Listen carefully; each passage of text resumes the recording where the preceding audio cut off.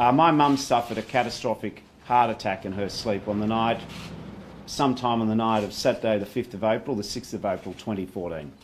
So she never woke up. So it's been about 5 years to last month when she passed away. I miss her every day. I sometimes, I get a sense of how she would react to things because she was such a strong and clever woman. But I'm glad she wasn't here today to read that rubbish. Mum enrolled in law school in her late 40s.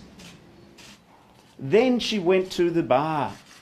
And I noticed the Telegraph said she was there for 6 years. I just wish some newspaper outlets would do some of their homework beyond that.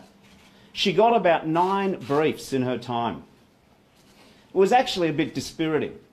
She discovered in her mid-50s that sometimes you're just too old. And you shouldn't be too old, but she discovered the discrimination against older women. And so she eventually, while she kept her name on the bar roll for a number of years, she came back and she did other things. Do you know that my mum wrote the book on education and law in Australia? Brilliant. She's brilliant. And that's what drives me. She went back to Monash and taught. Who do some people in News Corp, or some, and it's not all the journalists, I make that very clear, who do some of these lazy people think they are? That because they think that I explained myself at Q&A on a Monday night, that they play gotcha shit about your life story, more importantly my mum's. I've spoken about my mum at length. I choose to give you that last bit of the battle of her time at the bar because my mum would want me to say to older women in Australia, just because you've got grey hair, just because you didn't go to a special private school, just because you don't go to the right clubs, just because you're not part of some backslapping boys club, doesn't mean you should give up.